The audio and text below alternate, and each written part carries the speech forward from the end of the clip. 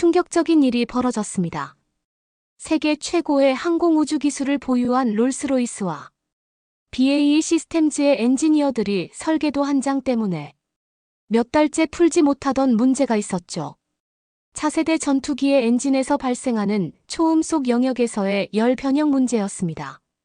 미 공군 연구소조차 해결에 최소 5년은 걸릴 것이라던 난제였습니다. 그런데 그 해결책의 실마리가 전혀 예상치 못한 곳에서 나왔습니다. 바로 그들이 불과 몇 달 전까지 판타지 소설이라며 비웃었던 한국의 한국항공우주 산업이 내민 데이터였습니다. 이걸 도대체 어떻게 믿어? 지금 우리는 판타지 소설을 쓰는 게 아니라 영국의 국방이 달린 중요한 사안을 결정해야 된다고! 일단 진정하고 내 말 좀 들어봐. KF-21 관련 자료는 기존의 항공역학 공식을 완전히 무시하는 것처럼 보였습니다. 시뮬레이션 상으로는 불가능한 기동이었고 데이터 오류라고 판단하는 것이 합리적이었죠. 나토의 기술 분석팀조차 의도적으로 과장된 수치일 가능성이 97.3%라는 비공식 평가를 내놓았습니다. 그런데 그들이 보낸 추가 자료에는 우리가 상상조차 하지 못했던 방식이 담겨 있었습니다. 그들은 문제를 해결하려 하지 않았습니다. 대신 문제 자체가 성립되지 않는 완전히 새로운 판을 설계해 버렸더군요. 이것은 단순한 기술 격차의 문제가 아니었습니다. 도대체 무슨 일이 있었던 걸까요? 사연 바로 시작합니다. 영상 시작 전 구독과 좋아요, 불우이웃을 위해 끝까지 시청 부탁드립니다. 제 이름은 마크 콜필드입니다. 저는 영국 국방부, 그 중에서도 차세대 무기 전략팀에서 일하고 있죠. 제 일은 숫자를 읽고 데이터의 흐름을 분석해서 미래의 위협과 기회를 남들보다 한 발 앞서 찾아내는 겁니다. 감상이나 편견이 끼어들 자리는 없어야 했습니다. 적어도 저는 그렇게 믿어왔습니다. 그날 런던의 국방부 회의실 공기는 언제나처럼 무거웠습니다. 수백 년 된 건물 특유의 옅은 나무 냄새와 바닥 광택제 냄새가 섞여 있었죠. 창문은 두꺼웠고 바깥 세상의 소음 대신 회의실 내부의 인공적인 조명과 나지막한 기계음만이 공간을 채웠습니다. 이런 분위기는 사람을 차분하게 만들기도 하지만 때로는 새로운 생각을 올가매는 족쇄가 되기도 합니다. 제 차례가 되자 제가 올린 보고서가 중앙 스크린에 떴습니다. 제목은 KF-21 보람의 동아시아의 전략적 변수. 제가 몇 주간 밤을 새워가며 분석한 데이터의 결정체였습니다. 하지만 제목이 화면에 나타난 순간부터 회의실의 공기가 미묘하게 바뀌는 것을 느낄 수 있었습니다. 단순한 무거움이 아닌 조롱이 섞인 무거움으로 변했죠. 제 직속 상관인 오스틴이 두꺼운 안경을 고쳤으며 입을 열더군요. 그의 목소리는 언제나처럼 낮고 권위적이었지만 그날따라 날카로운 가시가 돋쳐 있었습니다. 마크!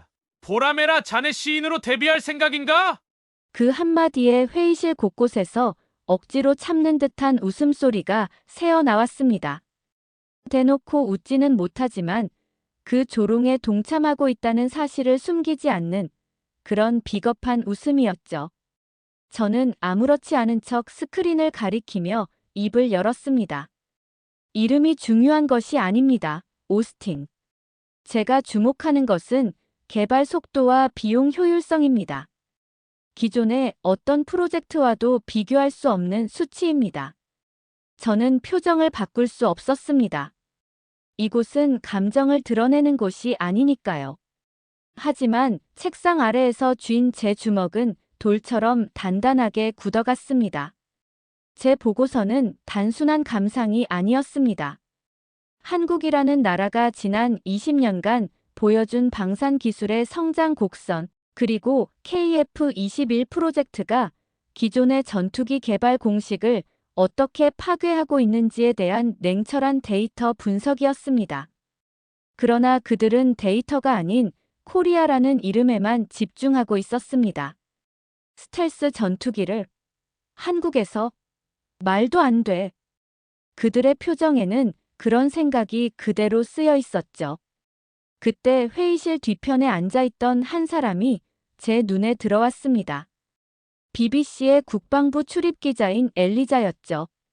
기자들은 보통 이런 내부 브리핑에서 중요한 정보가 나오지 않으면 지루한 표정을 짓기 마련인데 엘리자는 달랐습니다.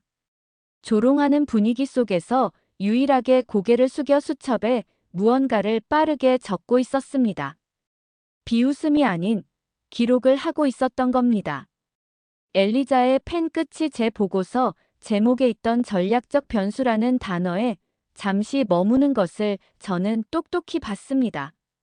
그 짧은 순간 저는 이 거대한 편견의 벽에 아주 작은 실금 하나가 생겼을지도 모른다고 생각했습니다.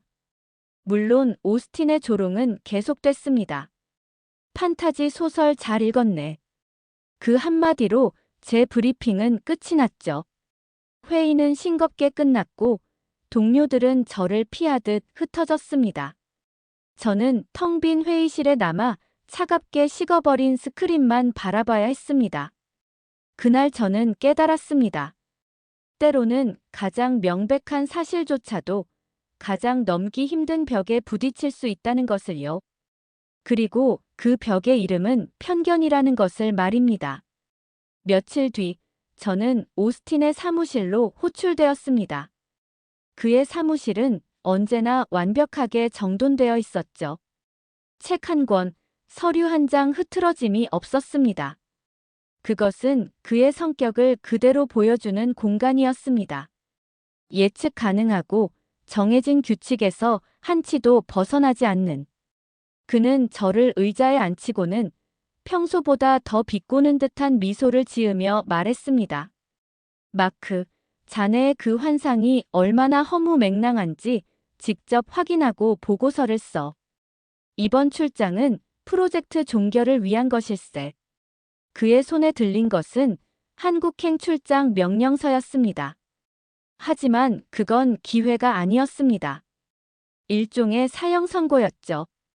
공식적인 출장 목적란에는 KF-21 프로젝트 타당성, 최종 검토 및 종료라고 명백하게 타이핑되어 있었습니다. 제 손으로 제 보고서가 틀렸음을 증명하고 돌아오라는 잔인한 압박이었습니다.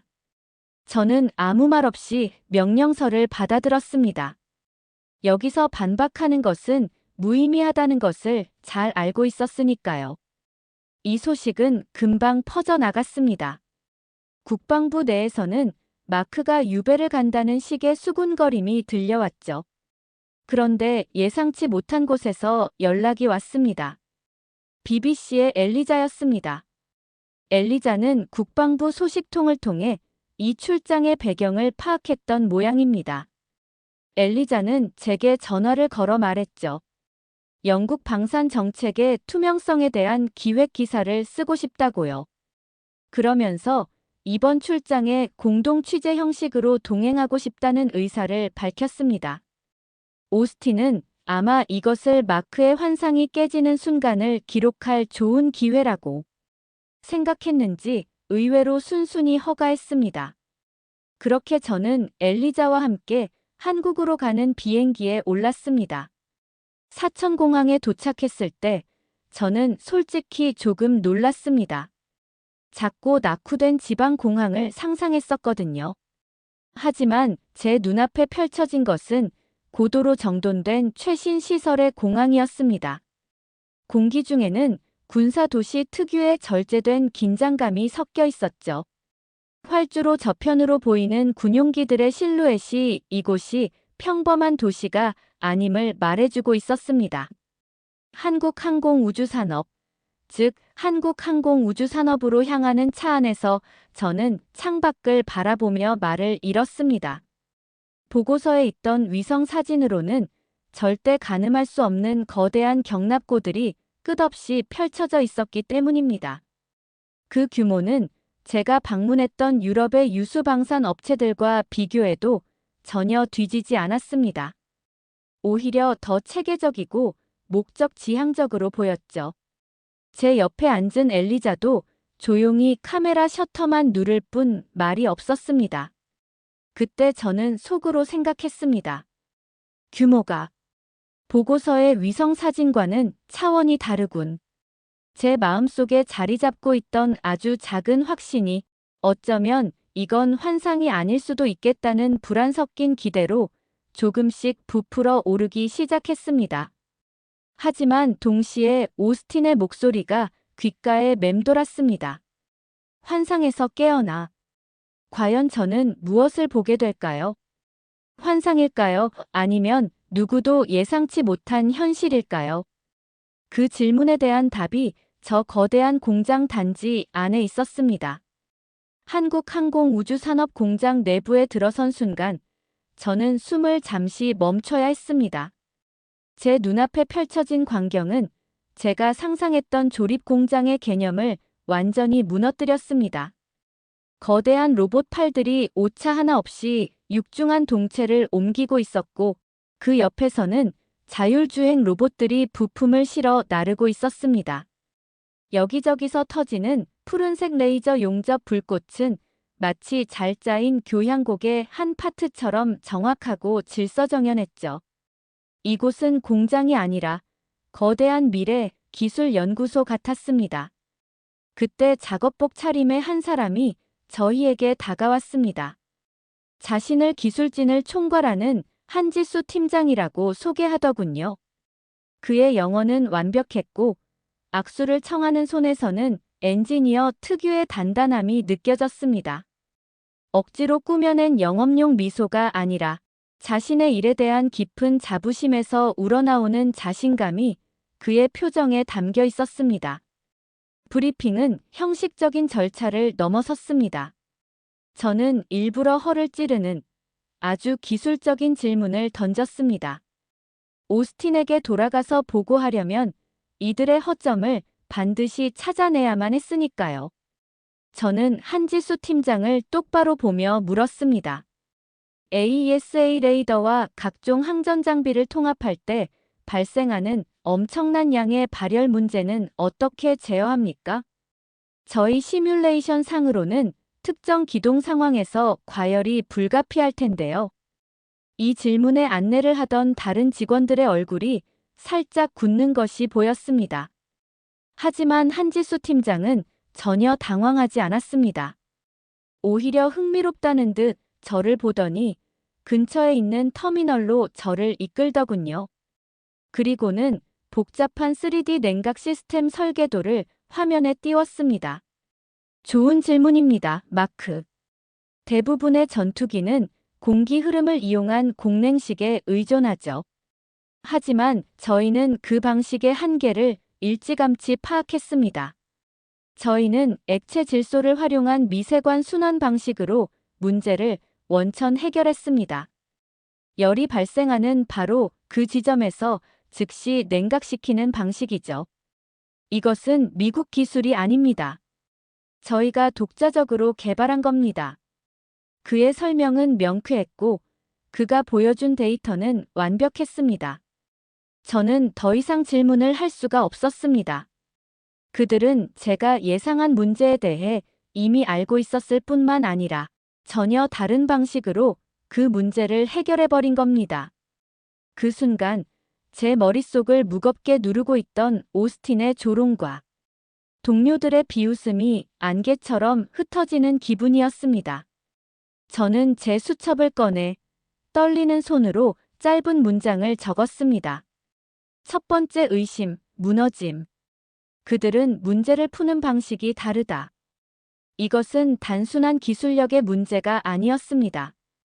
발상의 전환, 즉 패러다임의 차이였습니다. 저는 고개를 들어 다시 조립 라인을 바라보았습니다. 이제 저 거대한 기계들은 단순한 쇳덩어리로 보이지 않았습니다. 그것은 기존의 질서를 뒤흔들 잠재력을 품은 조용한 혁명의 증거처럼 느껴졌습니다. 그리고 저는 깨달았죠. 이번 출장은 결코 프로젝트 종결 보고서로 끝나지 않을 것임을 말입니다. 한국에서의 충격을 고스란히 안고 저는 런던으로 돌아왔습니다. 제 노트북에는 수백 장의 사진과 방대한 기술 자료, 그리고 한지수 팀장과의 인터뷰 녹취 파일이 가득 차 있었죠. 저는 이 자료들이라면 오스틴과 동료들의 편견을 깰 수 있을 거라고 굳게 믿었습니다. 하지만 현실은 제 기대와는 전혀 달랐습니다. 다시 그 무거운 공기의 회의실. 저는 제가 직접 촬영한 KF-21의 자동화 조립 라인 영상과 액체 질소, 냉각 시스템의 데이터 분석 자료를 스크린에 띄우며 브리핑을 시작했습니다. 제 목소리에는 저도 모르게 흥분이 섞여 있었습니다. 이것은 단순한 보고가 아니라 새로운 시대의 가능성을 알리는 선언과도 같았으니까요. 하지만 회의실의 반응은 냉담했습니다. 동료들은 여전히 팔짱을 낀 채 의심의 눈초리를 거두지 않았고, 오스틴은 제 브리핑이 끝날 때까지 기다렸다는 듯이 입을 열었습니다. 그의 목소리는 이전보다 한층 더 차가웠습니다. 훌륭한 홍보 영상이군, 마크. 하지만 실제 전장 스트레스 테스트 데이터는 어디 있나? 극한의 전자전 환경에서의 생존 능력은 쇼룸과 진짜 무기는 다른 걸세. 그의 말은 틀리지 않았습니다. 아직 실전 데이터는 부족했죠. 하지만 그는 데이터의 부재를 지적하는 것이 아니라 가능성 자체를 애써 외면하고 있었습니다. 저는 공동기술 검토팀을 파견해서 우리가 직접 검증하자고 제안했습니다. 우리가 가진 노하우와 그들의 새로운 기술을 결합하면 엄청난 시너지를 낼 수 있다는 점을 역설했죠. 그러나 제안은 만장일치로 부결되었습니다. 회의는 시작한 지 불과 15분 만에 끝났습니다. 오스틴의 진짜 속내를 그때 어렴풋이 알 수 있었습니다. 이건 단순히 한국에 대한 편견의 문제가 아니었습니다. 영국이 막대한 예산을 쏟아붓고 있는 자체 차세대 전투기 개발 프로젝트 템페스트와의 이해상충 문제였던 겁니다. 새로운 대안의 등장은 기존의 계획을 뒤흔들 수 있으니 아예 싹부터 자르려는 것이었죠. 그의 반대는 똥고집이 아니라 지독한 관료적 현실주의에 기반한 것이었습니다. 회의실을 나오는 제 어깨는 천근만근 무거웠습니다. 그때 복도에서 엘리자가 저를 기다리고 있었습니다. 엘리자는 따뜻한 커피를 건네며 나지막이 말했죠. 오늘 회의, 실패가 아니라 기록이에요, 마크. 오스틴의 저 발언, 데이터보다 편견을 우선한다는 그 태도, 제 기사에 그대로 쓸 겁니다. 엘리자의 말은 작은 위로가 되었습니다. 혼자가 아니라는 느낌. 진실을 알아주는 사람이 단 한 명이라도 있다는 사실이 얼마나 큰 힘이 되는지 그때 처음 알았습니다. 저는 엘리자를 보며 짧게 고개를 끄덕였습니다. 그리고 속으로 다짐했죠. 포기할 수 없다. 이건 내 직관의 문제가 아니야. 데이터가, 저 공장의 불빛이, 한지수의 눈빛이 말하고 있다. 이 싸움은 이제부터가 시작이었습니다. 저는 제 책상으로 돌아와 부결된 제안서를 다시 열었습니다. 그리고 처음부터 다시 더 완벽한 논리를 세우기 시작했습니다. 기회는 생각보다 빨리, 그리고 예상치 못한 방향에서 찾아왔습니다. 며칠 뒤, 저는 국방부 차관으로부터 비공식적인 호출을 받았습니다. 차관의 집무실은 오스틴의 방과는 달리 인간적인 온기가 느껴지는 곳이었습니다. 그는 저를 소파에 앉히고는 뜻밖의 이야기를 꺼냈습니다. 마크, 롤스로이스에서 엔진 관련으로 비공식 문의가 왔네. 자네가 올렸던 그 2차 보고서 때문이야.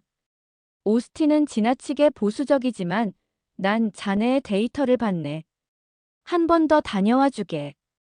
이번에는 의전이나 정해진 일정 없이 자네가 보고 싶은 것을 직접 보고 와. 롤스로이스. 영국의 심장이자 자존심인 그 기업이 먼저 움직였다는 사실은 엄청난 의미를 가졌습니다. 그들은 제 보고서에 담긴 데이터의 행간을 읽어낸 것이었죠. 이것은 오스틴이 결코 무시할 수 없는 강력한 명분이었습니다. 저는 그렇게 다시 한국행 비행기에 올랐습니다. 이번 출장은 완전히 비밀리에 진행되었습니다. 공항에 마중 나온 한지수 팀장은 저를 한국항공우주산업의 심장부 외부인에게는 단 한 번도 공개된 적 없는 R&D 사무실로 안내했습니다. 그곳은 화려한 조립 라인과는 달리 수많은 실패의 흔적들이 고스란히 남아있는 곳이었습니다. 그곳에는 형식적인 브리핑이 없었습니다. 대신 한지수 팀장은 저에게 실패했던 시제기들의 잔해, 사진과 수천 페이지에 달하는 실패 기록 데이터를 보여주었습니다. 컴퓨터 시뮬레이션 오류 기록, 소재 배합 실패 데이터, 비행 테스트 중 발생했던 아찔한 사고 기록까지. 그것은 그들의 치부나 다름없었습니다. 한지수 팀장은 덤덤한 목소리로 말했습니다. 성공은 누구에게나 자랑할 수 있습니다. 하지만 실패의 기록은 우리가 진심으로 신뢰하는 파트너에게만 보여주는 겁니다. 저는 충격에 휩싸였습니다. 이것은 단순한 기술 공개가 아니었습니다. 마음의 빗장을 열어 보이는 것과 같았죠. 그는 이어서 말했습니다. 우리의 목표는 처음부터 F-35를 이기는 것이 아니었습니다, 마크.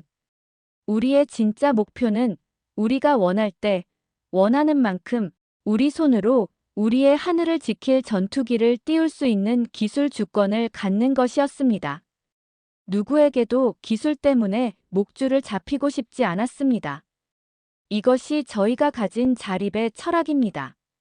그 순간 저는 제 머리를 강타하는 듯한 엄청난 깨달음을 얻었습니다. 저는 지금까지 KF-21을 단순한 비행기라는 상품으로만 보고 있었습니다. 하지만 그게 아니었습니다.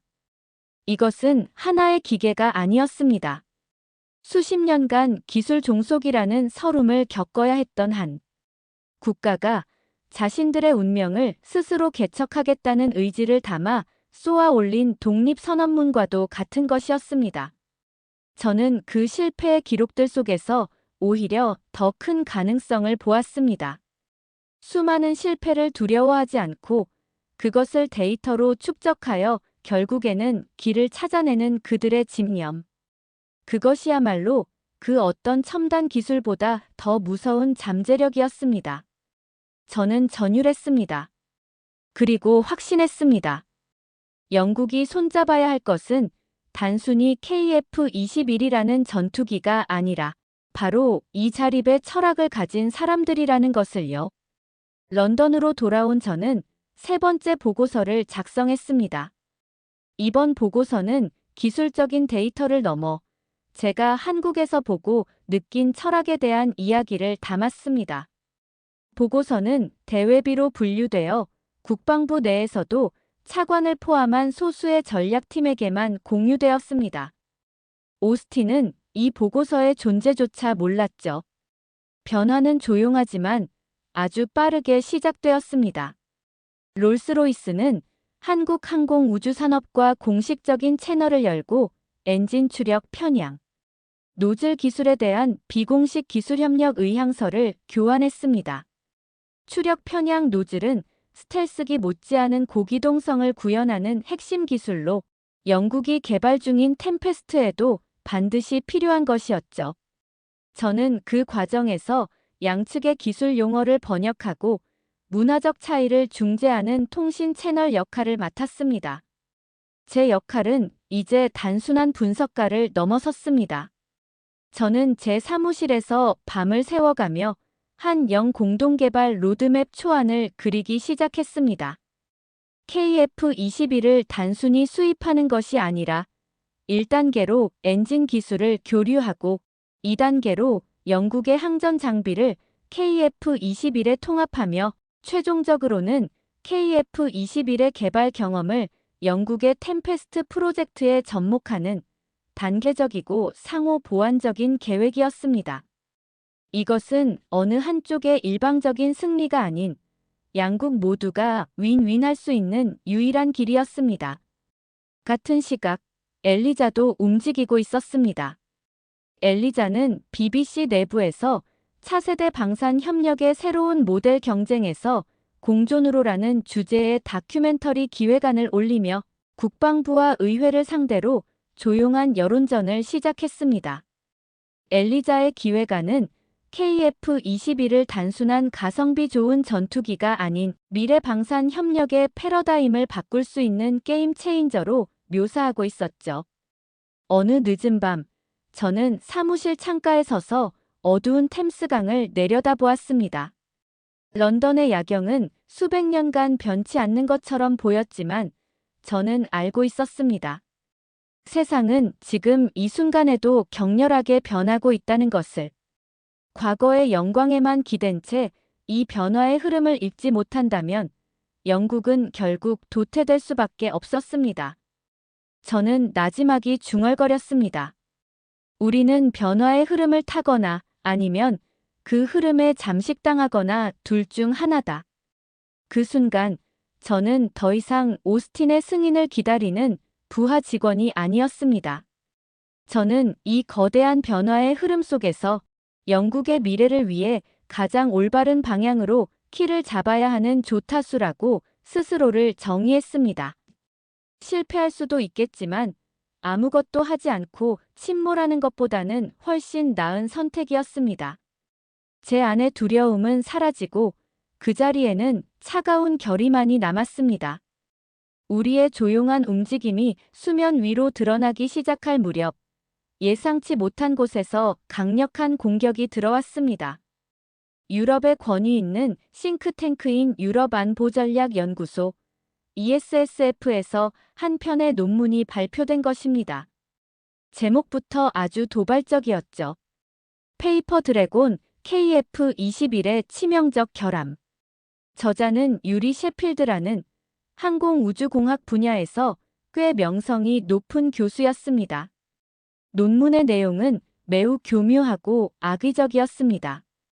그는 KF-21에 사용된 일부 복합 소재의 출처가 불분명하다며 저가의 중국산 소재를 사용했을 가능성을 제기했습니다. 또한 한국이 독자 개발했다는 비행 제어 소프트웨어에 중국이 심어놓은 치명적인 백도어가 존재할 수 있다는 의혹까지 제기했죠. 명확한 증거는 없었지만 그럴듯한 데이터와 시뮬레이션 결과를 섞어 놓아 대중을 현혹하기에 충분했습니다. 이 논문은 기름에 붙은 불처럼 순식간에 퍼져나갔습니다. 로이터 통신이 한국산 전투기 트로이의 목마인가라는 자극적인 헤드라인으로 기사를 내보냈고 곧이어 CNN을 비롯한 전 세계 주요 언론들이 이 논란을 대서특필하기 시작했습니다. KF-21은 순식간에 혁신의 아이콘에서 안보 위협 덩어리로 전락해버렸습니다. 이 상황을 가장 기뻐한 사람은 물론 오스틴이었습니다. 그는 유리 셰필드의 논문이 실린 신문을 들고 와서 제 책상 위에 던지듯 내려놓았습니다. 와, 마크. 이게 현실이야. 자네가 말한 그놈의 신뢰가 아니라 바로 이 의심이 현실이라고. 그의 목소리에는 승리감마저 묻어났습니다. 국방부 내에서 조심스럽게 피어오르던 협력에 대한 긍정적인 기류는 순식간에 얼어붙었습니다. 저를 지지하던 소수의 동료들마저 저를 피하기 시작했죠. 저는 완전히 고립되었습니다. 바로 그때 제 휴대폰이 짧게 진동했습니다. 엘리자로부터 온 긴급 메시지였습니다. 속보 ESSF, 지난 3년간 유로파이터 컨소시엄으로부터 500만 유로 연구기금 수령 확인. 이건 학술 비판이 아니에요. 이건 전쟁이에요, 마크. 메시지를 읽는 순간 제 머릿속의 모든 퍼즐 조각이 맞춰졌습니다. 유로파이터 컨소시엄. 영국의 템페스트 프로젝트와 경쟁하며 차세대 전투기 시장을 노리는 가장 강력한 경쟁자. 그들이 유리 셰필드 교수를 앞세워 KF-21을 시장에서 매장시키기 위한 치밀한 여론전을 벌이고 있었던 겁니다. 이것은 순수한 학문적 비판이 아니라 돈과 이권이 걸린 비열한 공격이었습니다. 저는 분노했지만 동시에 차갑게 이성을 되찾았습니다. 상대가 전쟁을 선포했다면 피할 수는 없었습니다. 이제 이 싸움은 단순히 보고서와 데이터로만 싸울 수 있는 단계가 아니었습니다. 이 진흙탕 같은 여론전의 한복판에서 우리는 어떻게 진실을 증명해야 할까요? 저는 즉시 한국의 한지수 팀장에게 보안 채널을 통해 연락을 취했습니다. 우리는 이제 반격에 나서야만 했습니다. 반격의 무대는 파리에서 열리는 국제방산 세미나로 정해졌습니다. 공교롭게도 유리 셰필드 교수가 바로 그곳에서 KF-21의 결함에 대한 주제로 기조연설을 할 예정이었죠. 한국 측은 세미나 주최 측에 공식적으로 특별 반론 세션을 요청했고 주최 측은 흥행을 예감했는지 이례적으로 그 요청을 받아들였습니다. 세미나 당일 행사장은 전 세계에서 모인 군 관계자, 엔지니어, 기자들로 발 디딜 틈이 없었습니다. 유리 셰필드 교수는 아주 자신만만한 표정으로 단상에 올랐습니다. 그는 복잡한 시뮬레이션 데이터를 보여주며 특정 고기동 상황에서 KF-21의 동체에 균열이 발생할 수밖에 없다고 주장했습니다. 그의 발표는 논리적으로 보였고 청중들은 그의 말 한마디 한마디에 집중했습니다. 발표가 끝나자 장내는 술렁이기 시작했죠. 그때 사회자가 한국 측에 특별 반론을 알렸습니다. 모두가 한국항공우주산업의 고위 임원이나 연구소장이 나올 것이라 예상했습니다. 하지만 단상에 오른 사람은 모두의 예상을 깬 인물이었습니다. 바로 KF-21의 시험 비행을 총괄하는 김태헌 수석 조종사였습니다. 그는 정장 대신 자신의 몸에 꼭 맞는 비행복 차림이었습니다. 그가 등장하는 것만으로도 장내의 분위기는 완전히 바뀌었습니다. 김태헌 조종사는 아무 말 없이 자신의 실제 비행 훈련 영상을 스크린에 띄웠습니다. 영상 속 KF-21은 셰필드 교수가 균열 발생 지점이라고 지목했던 바로 그 고받음각 기동을 아무렇지 않게 수행하고 있었습니다. 동시에 화면 한쪽에는 해당 기동 중 기록된 실시간 텔레메트리 데이터가 수치로 표시되고 있었죠. 그는 영상을 잠시 멈추고 레이저 포인터로 셰필드 교수의 시뮬레이션 데이터와 자신의 실제 비행 데이터를 나란히 비교하며 말했습니다. 셰필드 교수님의 시뮬레이션은 매우 훌륭합니다. 하지만 이 수치는 실제 비행 환경에서 작용하는 중력과 공기 저항 값을 이론상의 수치보다 약 15% 정도 무시했을 때만 나올 수 있는 결과입니다. 장내가 순간 조용해졌습니다. 그는 이어서 셰필드 교수를 똑바로 바라보며 조용하지만 단호한 목소리로 말했습니다. 교수님의 숫자는 거짓말을 할 수 있습니다. 하지만 이 기동을 버텨낸 제 몸과 이 순간 전투기가 보내온 데이터는 거짓말을 하지 않습니다. 그리고 마지막 한마디. 현장은 시뮬레이션보다 정직합니다. 그 순간 장내에서는 박수갈채가 터져 나왔습니다. 그것은 의례적인 박수가 아니었습니다. 현장을 존중하는 엔지니어들과 실제 비행의 어려움을 아는 군 관계자들이 보내는 진심 어린 찬사였습니다. 유리 셰필드 교수의 얼굴은 새하얗게 질려 있었습니다. 그의 정교한 논리는 단 한 번의 실제 비행 기록 앞에서 산산조각이 나버린 것입니다. 이론이 현실을 이길 수 없다는 가장 명백한 증거가 바로 그곳 파리의 세미나장에서 펼쳐지고 있었습니다. 박수 소리가 그치자 사회자가 청중들에게 질문 기회를 주었습니다. 모든 손이 유리 셰필드 교수를 향해 올라갔습니다. 데이터 오류를 인정하십니까? 유로파이터 컨소시엄과의 관계를 해명해 주십시오. 날카로운 질문들이 쏟아졌지만 셰필드 교수는 아무 대답도 하지 않았습니다. 그는 경호원들에게 둘러싸여 마치 도망치듯 황급히 행사장을 빠져나갔습니다.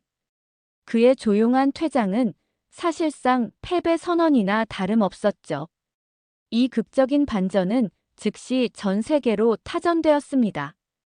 군사 전문지들은 데이터 vs 리얼리티 조종사가 데이터로 학자를 격추하다와 같은 제목의 기사를 실시간으로 쏟아냈습니다.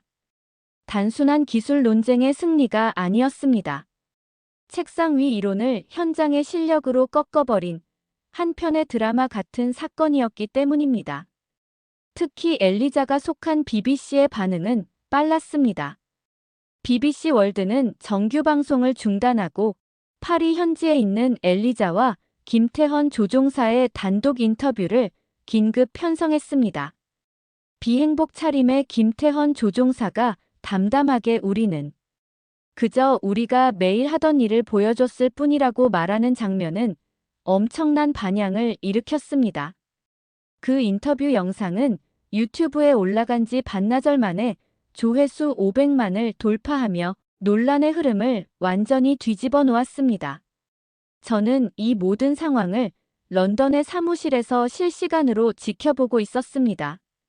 그때 복도를 지나가다 우연히 오스틴의 사무실 문틈으로 그의 모습을 보게 되었습니다. 그는 자신의 모니터로 BBC 뉴스를 보며 아무 말 없이 깊은 생각에 잠겨 있었습니다. 이전처럼 분노하거나 조롱하지 않았습니다. 그저 굳은 표정으로 이해할 수 없는 현상을 마주한 사람처럼 침묵하고 있었죠. 그 침묵은 저에게 많은 것을 시사했습니다. 어쩌면 그의 견고한 편견의 벽에도 아주 작은 균열이 생기기 시작한 것일지도 모른다는. 저는 파리의 호텔에 있을 한지수 팀장에게 짧은 메시지를 보냈습니다. 우리가 증명했습니다. 고맙습니다. 몇 분 뒤 그에게서 답장이 왔습니다. 아닙니다, 마크. 우리가 증명한 겁니다. 당신의 철학이 옳았습니다. 그의 메시지를 읽는 순간 저는 이 길고 외로운 싸움에서 처음으로 든든한 동료를 얻었다는 생각에 가슴이 뜨거워졌습니다. 이제 공은 다시 영국으로 넘어왔습니다. 이 명백한 증거 앞에서 국방부는 과연 어떤 선택을 하게 될까요? 세상의 흐름은 바뀌었고 이제 누구도 이전으로 돌아갈 수는 없었습니다. 파리에서의 극적인 반전 이후 영국 국방부의 기류는 눈에 띄게 달라졌습니다. 유리 셰필드 교수의 배후에 유로파이터 컨소시엄이 있었다는 엘리자의 후속 보도까지 터지면서 KF-21에 대한 의심은 오히려 경쟁 세력의 부당한 공격에 맞선 피해자라는 동정론으로 바뀌기 시작했습니다. 결국 런던의 유서 깊은 랭커스터 하우스에서 한 영 국방장관이 마주 앉았습니다. 그리고 역사적인 KF-21 공동기술개발 양해각서에 서명했죠. 플래시가 쉴 새 없이 터졌고 그 장면은 양국 관계의 새로운 시작을 알리는 상징이 되었습니다. 저는 그 역사적인 현장의 한쪽 구석에서 감격스러운 마음으로 그 모습을 지켜보고 있었습니다. 이 MOU 체결과 함께 저는 새로 구성된 한영 공동실무위원회의 영국 측 간사로 공식 임명되었습니다. 이제 음지에서 비밀 보고서를 올리던 역할에서 벗어나 양국의 협력을 이끄는 책임자가 된 것입니다. 물론 오스틴은 건강상의 이유라는 핑계를 대고 체결식에 불참했습니다. 하지만 저는 그의 비서로부터 그가 자신의 사무실에서 생중계를 끝까지 지켜봤다는 이야기를 전해 들었습니다. 며칠 뒤 첫 번째 공식 실무회의가 화상으로 열렸습니다. 제 옆에는 영국의 항전 및 엔진 전문가들이 앉아 있었고 스크린 너머에는 한지수 팀장을 비롯한 한국의 핵심 엔지니어들이 자리하고 있었습니다. 이전의 탐색전 같은 분위기는 사라지고 진지하면서도 열띤 토론이 오갔습니다. 양국의 엔지니어들은 서로의 기술을 존중하며 어떻게 하면 시너지를 낼 수 있을지에 대해 집중했습니다. 그들이 스스럼 없이 서로를 파트너라고 부르는 것을 들으며 저는 우리가 드디어 올바른 방향으로 가고 있음을 실감했습니다. 우리의 움직임은 더 큰 파장을 일으켰습니다. 브뤼셀에 있는 나토 정보위원회에서 이 MOU 체결을 주목할 만한 지정학적 변화로 평가하는 내부 보고서를 회람시킨 것입니다. 보고서의 요지는 나토 동맹국이 미국의 기술에 전적으로 의존하지 않는 새로운 방산, 협력 모델의 등장이라는 것이었죠. 이것은 KF-21이 단순히 한두 나라의 전투기가 아니라 세계 방산 질서에 영향을 미치는 전략적 자산으로 인식되기 시작했다는 신호였습니다. 저는 책상 위에 놓인 MOU 체결식 사진을 바라보았습니다. 사진 속에서 양국 장관은 웃으며 악수하고 있었지만 저는 이 협력의 문을 열기까지 보이지 않는 곳에서 얼마나 많은 사람들의 땀과 노력이 있었는지 알고 있었습니다. 이제 시작일 뿐이었습니다. MOU는 법적 구속력이 없는 약속에 불과합니다. 이 약속을 진짜 현실로 만들기 위해서는 앞으로 넘어야 할 산이 훨씬 더 많을 것이라는 사실을 저는 누구보다 잘 알고 있었습니다. 하지만 이제는 혼자가 아니었습니다. 우리에게는 파트너가 있었습니다. 협력의 문이 열리자 모든 것이 빠르게 진행되었습니다. 가장 먼저 이루어진 일 중 하나는 영국 공군 기지에 KF-21 시뮬레이터를 설치하는 것이었습니다. 단순한 게임기가 아니었습니다. 한국에서 전송된 실제 비행 테스트 데이터가 100% 반영되어 조종석의 진동과 압력까지 재현하는 최첨단 장비였죠. 저는 이 테스트에 직접 참여했습니다. 영국 왕립공군 내에서도 최고의 에이스로 꼽히는 베테랑 파일럿이 시뮬레이터에 올랐습니다. 그는 수많은 전투기를 몰아본 경험이 있었지만 KF-21 시뮬레이션을 마친 뒤 헬멧을 벗었을 때 그의 표정은 완전히 달랐습니다. 흥분과 경외감이 뒤섞인 표정이었죠. 그는 땀을 닦으며 말했습니다. 맙소사, 이건 전투기를 조종하는 느낌이 아니야. 내 두뇌의 확장판 같아. 내가 생각하는 대로 기체가 먼저 움직여주는 기분이라고. 그의 말은 저에게 큰 충격을 주었습니다. KF-21의 직관적인 인터페이스와 AI 기반의 비행 보조 시스템이 조종사가 기계에 적응하는 것이 아니라 기계가 조종사의 의지에 적응하게 만들고 있었던 겁니다. 저는 그의 인터뷰를 녹음하며 수첩에 기록했습니다. 이 전투기는 조종사가 아니라 그의 의지를 운반한다.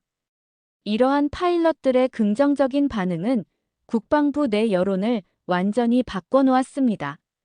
마침내 국방장관이 BBC와의 인터뷰에서 처음으로 공식적인 지지를 표명했습니다.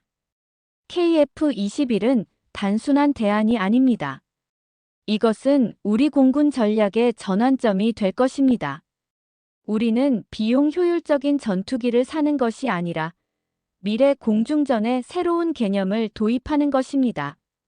장관의 이 발언은 사실상 영국 정부가 KF-21 프로젝트에 국가의 미래를 걸었다는 선언이나 다름없었습니다.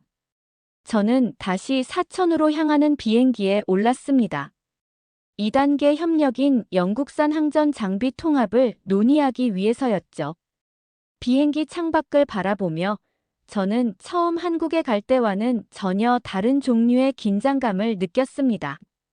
그때는 과연 진짜일까 하는 의심과 호기심이었다면 지금은 반드시 성공시켜야만 한다는 엄청난 무게의 책임감이 제 어깨를 짓누르고 있었습니다. 수많은 사람들의 운명이 이 프로젝트에 달려 있었습니다. 실패는 더 이상 선택지에 없었습니다. 제 개인의 명예나 커리어의 문제가 아니었습니다. 이것은 영국의 미래, 그리고 새로운 파트너가 된 한국과의 신뢰에 대한 문제였습니다. 비행기가 고도를 높일수록 제 마음속의 책임감도 함께 높아져만 갔습니다. 제가 세 번째로 한국 땅을 밟았을 때 모든 것이 달라져 있었습니다. 이전의 비밀스러운 출장과는 달리 이번에는 저와 엘리자를 기다리는 수많은 한국과 외신 취재진들로 공항이 북적였습니다. 카메라 플래시가 쉴 새 없이 터졌고 저는 잠시 어리둥절했습니다. 제가 어느새 이 거대한 프로젝트의 상징적인 인물 중 하나가 되어버린 것입니다. 한국항공우주산업정문에서 저를 맞이한 한지수 팀장의 표정도 이전과는 달랐습니다. 그는 환하게 웃으며 제게 악수를 청하며 말했죠. 마크, 이제 손님이 아니라 주인이 오셨군요. 이제 우린 전략 파트너입니다. 그의 말처럼 저는 더 이상 외부 관찰자가 아니었습니다. 프로젝트의 성공에 공동의 책임을 지는 내부자가 된 것이죠. 이번 방문의 목적은 한국항공우주산업뿐만 아니라 KF-21을 구성하는 핵심 부품을 만드는 협력업체들을 둘러보며 영국산 장비와의 통합 가능성을 타진하는 것이었습니다. 저는 AESA 레이더를 만드는 한화 시스템의 연구실, 첨단 미사일과 항전 장비를 개발하는 LIGNX1의 생산 라인을 차례로 방문했습니다. 그리고 그곳에서 저는 또 한 번 놀라지 않을 수 없었습니다. 한국항공우주산업이라는 거대한 나무뿐만 아니라 그 주변에 수많은 중소기업들이 뿌리처럼 얽혀 거대한 방산, 생태계를 이루고 있었던 겁니다. 그들은 수십 년간 축적된 기술력과 노하우를 가지고 있었고, 이는 하루아침에 돈으로 살 수 있는 것이 아니었습니다. 가장 인상 깊었던 장면은 영국의 BAE 시스템즈에서 파견된 기술자가 한화 시스템의 젊은 연구원에게 AESA 레이더의 데이터 처리 방식에 대해 진지하게 질문하며 배우는 모습이었습니다. 불과 몇 달 전만 해도 상상할 수 없던 기술 협력의 관계가 완전히 역전된 순간이었죠. 그 영국 기술자는 제게 다가와 감탄하며 말했습니다. 이런 접근법은 상상도 못했습니다. 솔직히 말해서 우리가 여기서 배우고 있습니다. 엘리자는 이 모든 과정을 카메라에 담았습니다. 어느 날 밤, 우리는 한국항공우주산업연구동을 지나가고 있었습니다. 늦은 시간임에도 불구하고 연구실의 불은 환하게 켜져 있었고 창문 너머로 수많은 연구원들이 밤샘하며 토론하는 모습이 보였습니다. 엘리자는 그 불빛을 조용히 카메라에 담으며 다큐멘터리에 쓸 내레이션을 나지막이 을조렸습니다. 이 불빛은 단순한 야근이 아니다. 이것은 수십 년간 기술 식민지에서 벗어나려 했던 한국가의 집념이 만들어낸 빛이다. 그 말을 듣는 순간 저는 다시 한번 깨달았습니다. 우리가 협력해야 할 대상은 차가운 쇳덩어리 전투기가 아니라 바로 저 불빛을 만들어내는 사람들의 뜨거운 열정과 집념이라는 것을요. 그리고 그 열정은 전염성이 아주 강해서 우리 영국팀에게도 새로운 영감과 동기를 부여하고 있었습니다. 런던으로 돌아온 저는 이번 출장의 결과를 담은 최종 보고서를 작성하기 시작했습니다. 제목은 KF-21 도입의 진정한 가치라고 정했죠. 저는 이 보고서가 단순히 기술적인 분석에 그쳐서는 안 된다고 생각했습니다. 이것은 영국의 미래방산 정책의 방향을 제시하는 철학적인 문서가 되어야만 했습니다. 보고서의 핵심은 KF-21의 비행 성능이 아니었습니다. 물론 성능도 훌륭했지만 저는 그보다 더 근본적인 경쟁력에 주목했습니다. 바로 압도적인 유지비 효율과 구매국 요구에 따른 즉각적인 소프트웨어 수정이 가능한 개방형 생태계였습니다. F-35와 같은 최첨단 스텔스기는 구매 비용도 엄청나지만 한번 도입하면 수십 년간 천문학적인 유지비와 업그레이드 비용을 원개발국인 미국에 지불해야만 합니다. 사실상 보이지 않는 기술적 종속 상태에 놓이는 것이죠. 하지만 KF-21은 달랐습니다. 한국항공우주산업이 제시한 데이터에 따르면 총 수명주기 비용이 F-35의 60% 수준에 불과했습니다. 또한 그들은 소스 코드의 상당 부분을 구매국과 공유하며 원하는 대로 성능을 개량하고 새로운 무장을 통합할 수 있는 길을 열어두었습니다. 이것은 혁신적인 발상이었습니다. 그들은 단순히 물고기를 파는 것이 아니라 물고기 잡는 법을 함께 공유하려는 것이었죠. 때마침 한국이 필리핀, UAE, 그리고 폴란드와 기술 이전을 포함한 구체적인 수출 협상을 시작했다는 정보가 입수되었습니다. 특히 폴란드는 자국 내에 KF-21 생산 라인을 설치하는 방안까지 논의하고 있었습니다. 저는 보고서의 마지막에 이렇게 결론을 내렸습니다. 한국은 무기를 파는 것이 아니다. 그들은 자립이라는 꿈과 파트너십이라는 신뢰를 함께 수출하고 있다. 이것은 단순한 무기 거래를 넘어선 방산 외교의 새로운 모델이다.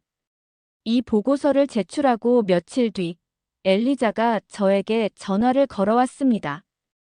엘리자는 자신의 특집 기사 시리즈의 마지막 편 제목을 결정했다며 제 의견을 물어왔습니다. 믿음은 무기보다 날카롭다. 보라매가 세계에 던진 질문. 저는 그 제목을 듣고 잠시 말을 잇지 못했습니다.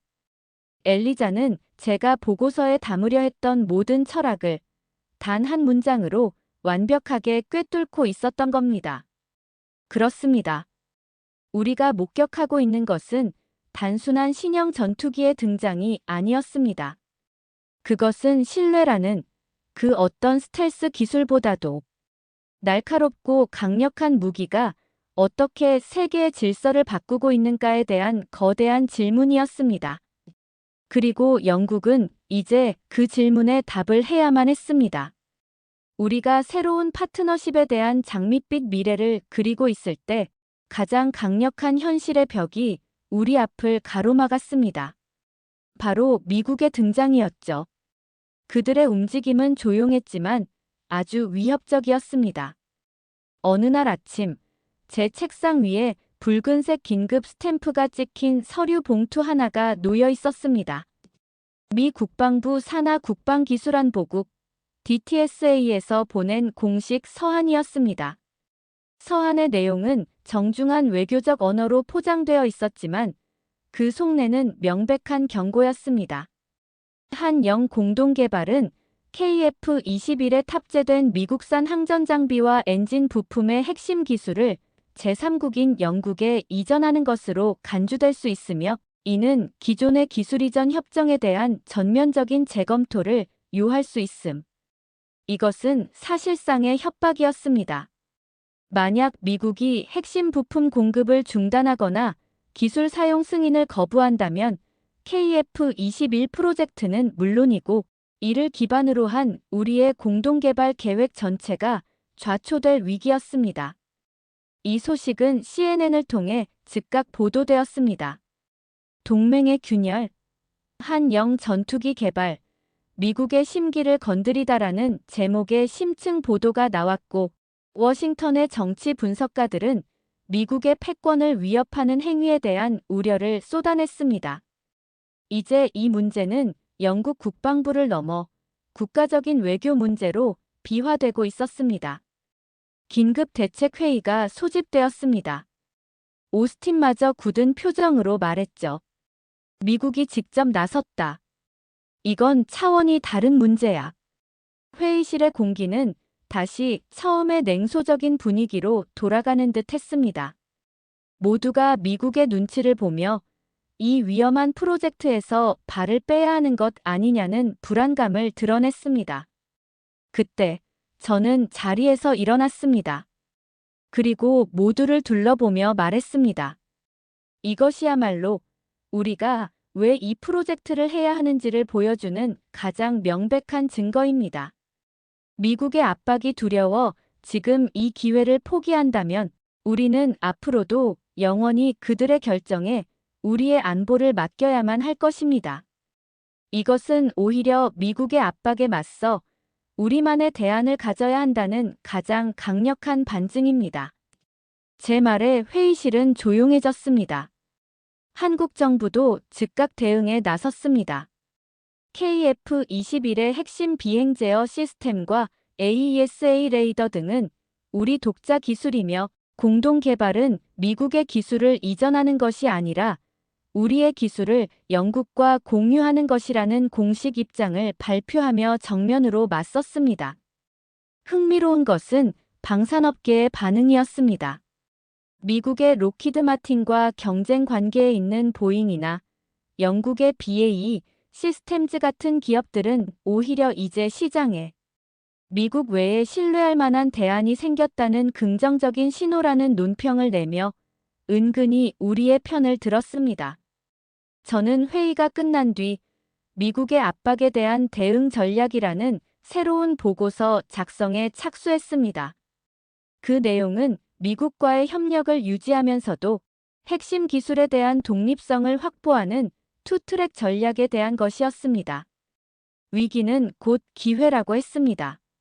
미국의 압박은 역설적으로 우리에게 왜 기술 독립이 중요한가를 뼈저리게 느끼게 해주었고 한영 양국의 협력 의지를 더욱 단단하게 만들어주는 계기가 되고 있었습니다.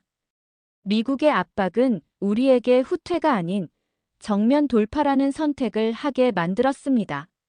며칠 뒤 한영 양국은 런던에서 대규모 미디어 행사를 열고 KF-21EX 즉 수출형 고성능 모델의 공동개발 프로젝트 발족식을 개최했습니다. 이것은 미국의 압박에 굴복하지 않고 양국의 협력을 더욱 높은 단계로 끌어올리겠다는 강력한 의지의 표현이었습니다. 저는 그 역사적인 발족식에 영국 측 대표단으로 참석하는 영광을 누렸습니다.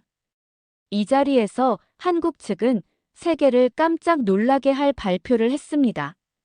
바로 AI 기반 무인기 편대 연동 시스템과 자체 스켈스 도료 개발 계획을 전격적으로 공개한 것입니다. 이것은 더 이상 미국의 기술에 의존하지 않고 6세대 전투기의 핵심 기술까지 독자적으로 확보하겠다는 명백한 기술 독립 선언이었습니다. 발족식에 참석한 외신 기자들의 손가락이 바쁘게 움직이기 시작했죠.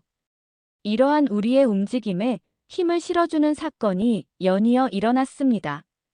비공개로 진행된 나토 시험평가단의 테스트에서 KF-21이 일부 공대공 전투 능력과 전자전 대승 능력 항목에서 기존의 5세대 전투기 기준을 상회하는 잠재력을 가졌다는 평가 결과가 나온 것입니다. 이 보고서는 비공개였지만 그 내용이 조금씩 알려지면서 KF-21의 가치는 더욱 높아졌습니다. 발족식 연단의 선 한지수 팀장의 모습은 그 어느 때보다 자신감에 차 있었습니다. 그는 이렇게 연설했습니다. 우리는 어제의 우리와 경쟁합니다. 우리의 경쟁 상대는 다른 나라의 전투기가 아닙니다. 우리의 목표는 항상 어제보다 더 강해지는 것, 어제보다 더 높은 기술적 자립을 이루는 것입니다. 그의 말은 전 세계로 생중계되었고 많은 이들에게 깊은 울림을 주었습니다. 저는 연단 아래에서 그를 바라보며 제가 처음 만났던 수줍은 엔지니어가 이제는 세계 방산 시장의 흐름을 바꾸는 거인이 되었음을 느꼈습니다. 그리고 그와 함께 이 길을 걸어온 제 자신에 대한 자부심도 느낄 수 있었죠.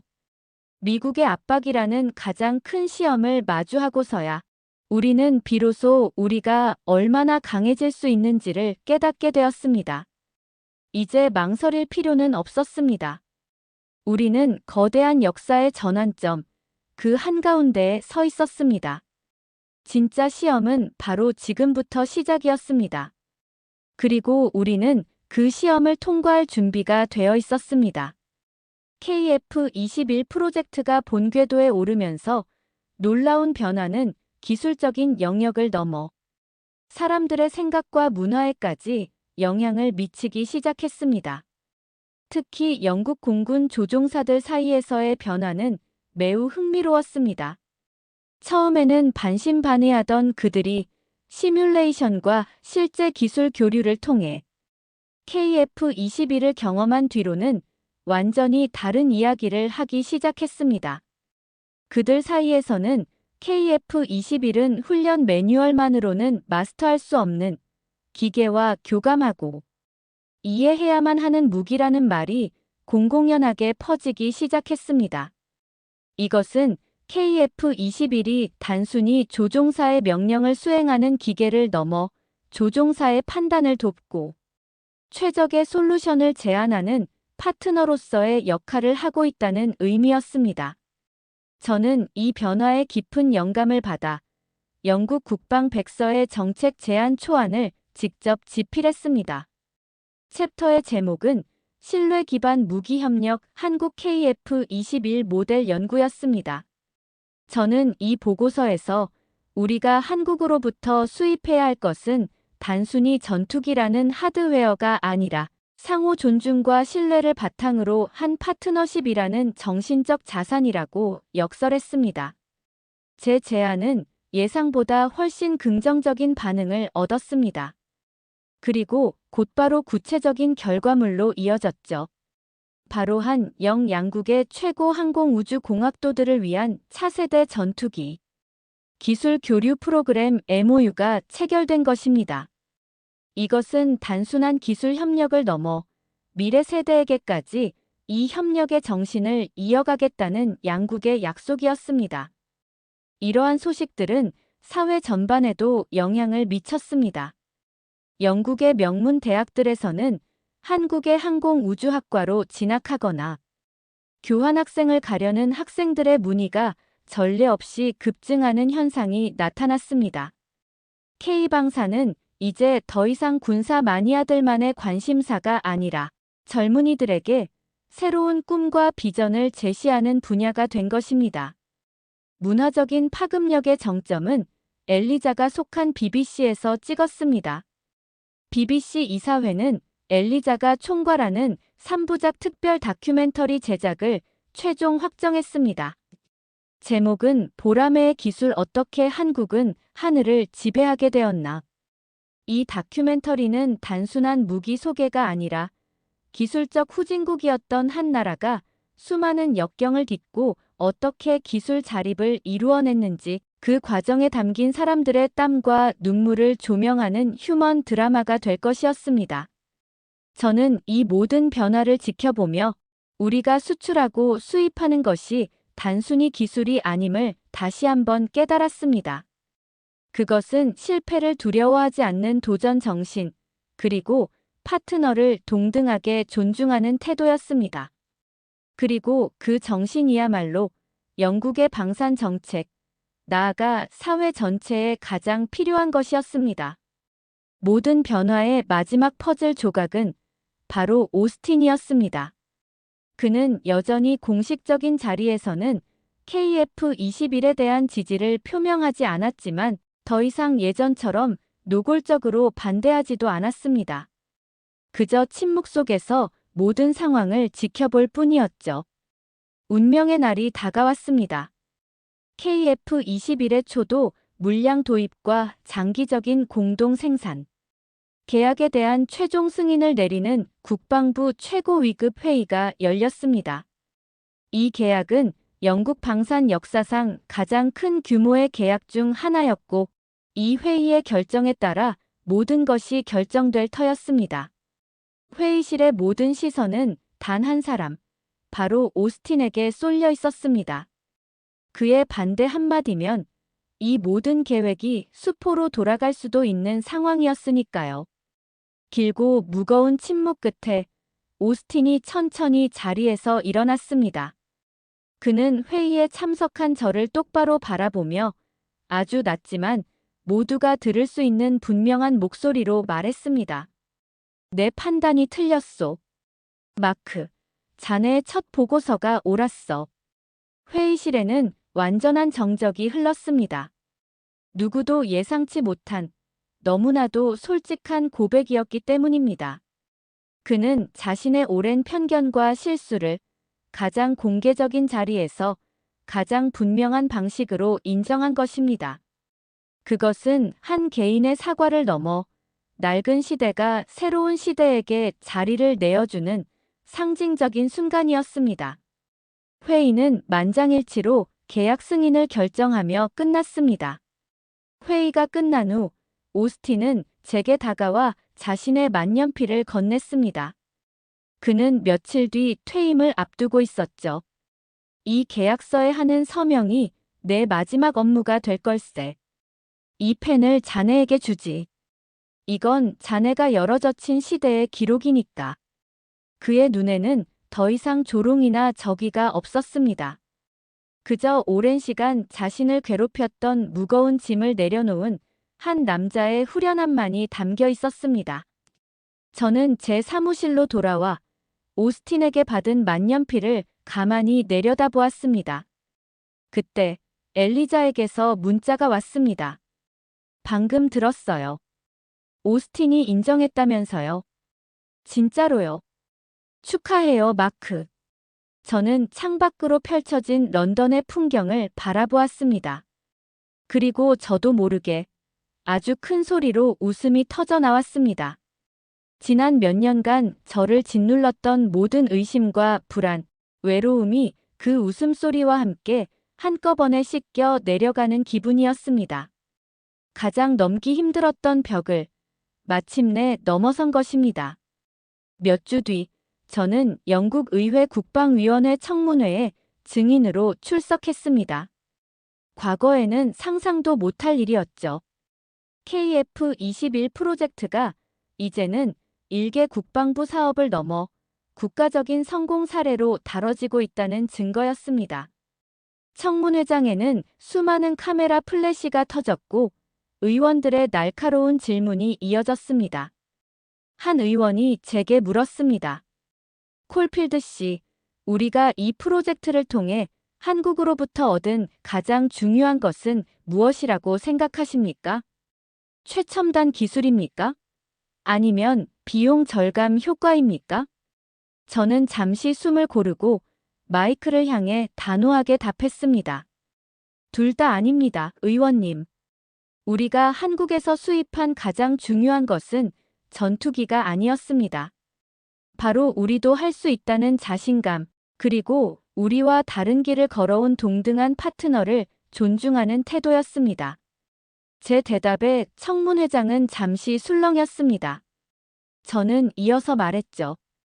이 프로젝트는 우리에게 기술적 종속에서 벗어나 우리의 운명을 스스로 결정할 수 있는 새로운 가능성을 보여주었습니다. 그것이야말로 돈으로 환산할 수 없는 가장 큰 소득입니다. 이날 저의 증언은 큰 파장을 일으켰습니다.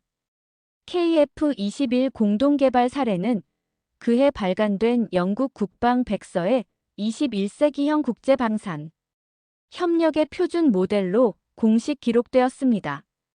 더 이상 특정 강대국에 의존하는 수직적인 관계가 아닌 상호 보완적인 기술을 가진 국가들이 수평적으로 협력하는 새로운 모델의 첫 성공 사례로 인정받은 것입니다.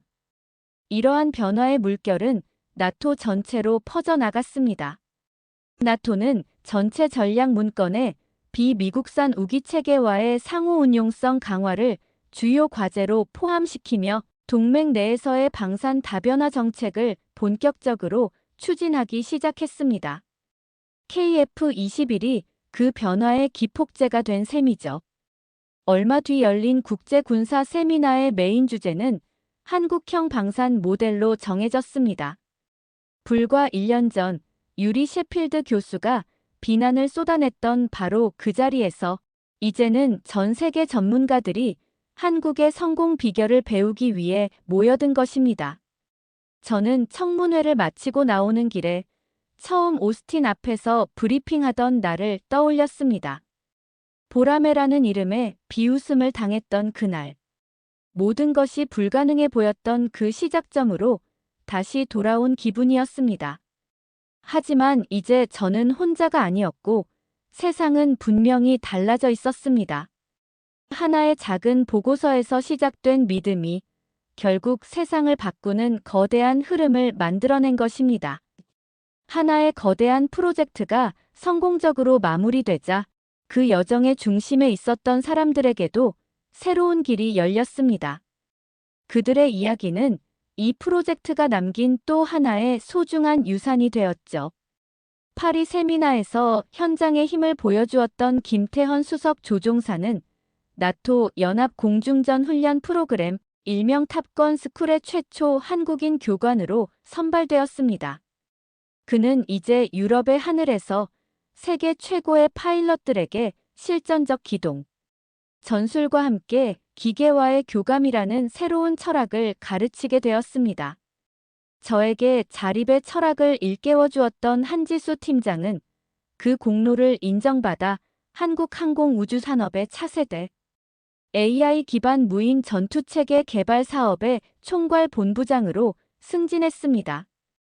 그는 이제 유인기를 넘어 미래 공중전의 패러다임을 바꿀 새로운 도전을 이끌게 되었죠. 진실을 향한 집념으로 저와 함께 싸워준 엘리자는 보라매의 기술 다큐멘터리로 영국 아카데미에서 다큐멘터리 상을 수상하는 영예를 안았습니다. 또한 그해 BBC 올해의 기자상을 수상하며 권력의 압력에 굴하지 않고 진실을 보도한 공로를 인정받았습니다. 그리고 저 마크 콜필드는 명예로운 은퇴를 발표했습니다. 제 역할은 끝났다고 생각했습니다. 새로운 시대를 이끌어가는 것은 이제 젊은 세대의 몫이었으니까요. 저는 제 후임 책임자로 처음부터 저와 함께 한국을 오가며 고생했던 젊은 팀원 중 한 명을 강력하게 추천했습니다. 그는 누구보다 이 프로젝트의 철학을 잘 이해하고 있는 인재였습니다. 제 퇴임식 날, 저는 저를 위해 모여준 동료들 앞에서 마지막으로 이렇게 말했습니다. 저는 대단한 일을 한 것이 아닙니다. 저는 그저 데이터가 가리키는 방향을 따라갔을 뿐입니다. 이 모든 영광은 거대한 편견에 맞서 진실을 말할 용기를 냈던 여러분 모두의 것입니다. 사람들은 떠나가지만 그들이 남긴 이야기는 계속해서 새로운 사람들에게 영감을 줍니다. 김태헌, 한지수, 엘리자, 그리고 저. 우리는 각자의 자리에서 우리가 믿었던 가치를 위해 싸웠고 그 과정에서 우리 자신도 성장했습니다. 어쩌면 KF-21 프로젝트가 남긴 가장 큰 성과는 하늘을 나는 전투기가 아니라 바로 우리 사람들의 이야기일지도 모릅니다. 제가 국방부를 떠난 후에도 우리가 시작한 이야기의 파장은 계속해서 넓고 깊게 퍼져나갔습니다. KF-21EX, 즉 수출형 모델은 폴란드와의 계약을 시작으로 UAE, 사우디아라비아, 이집트 등 세계 7개국과 구체적인 수출 협상 단계에 진입했습니다. 이제 KF-21은 단순히 한국산 전투기가 아닌 믿을 수 있는 글로벌 스탠더드로 자리매김하고 있었죠. 이러한 성과를 바탕으로 한국은 세계 방산 시장의 지옥, 즉 미국, 러시아, 프랑스, 중국, 영국이 참여하던 비공식 정상회의에 정식으로 초청받았습니다. 세계는 이제 지육체제의 등장을 조심스럽게 논의하기 시작했습니다. 기술 후진국이던 한 나라가 불과 반세기 만에 세계 방산의 최상위, 포식자들과 어깨를 나란히 하게 된 것입니다. 엘리자가 제작한 BBC 다큐멘터리 보라매의 기술은 전 세계 수십 개국에 수출되어 기록적인 시청률을 기록했습니다. 다큐멘터리의 마지막 장면은 지금도 잊을 수 없습니다. 동해의 푸른 바다 위, 붉은 일출을 배경으로 힘차게 솟아오르는 KF-21편대가 태양을 향해 날아가는 모습. 그 장엄한 풍경 위로 제 인터뷰 목소리가 흘러나왔습니다. 그들은 단순히 쇠를 깎아 비행기를 만든 것이 아닙니다. 그들은 불가능이라는 벽에 자신들의 꿈을 새겨 넣은 것입니다. 얼마 전 저는 영국 전역을 돌며 강연회를 시작했습니다. 제목은 나는 기술이 아닌 사람을 믿었다. 제가 KF-21 프로젝트를 통해 겪었던 일들과 그 과정에서 만났던 사람들에 대한 기록입니다. 놀랍게도 이 강연은 전 세계에 유명해졌고 많은 젊은이들이 제게 어떻게 하면 편견과 싸워 이길 수 있느냐는 질문을 보내오고 있습니다. 저는 그들에게 이렇게 답합니다. 거창한 용기가 필요한 것이 아니라고. 그저 자신이 믿는 데이터와 사실을 단 한 사람이라도 좋으니 끈질기게 설득하는 것부터 시작하라고 말입니다. 오늘도 저는 런던의 한 카페에 앉아 창밖으로 바쁘게 흘러가는 세상을 바라봅니다. 세상은 여전히 복잡하고 수많은 문제들로 가득합니다. 하지만 저는 이제 압니다.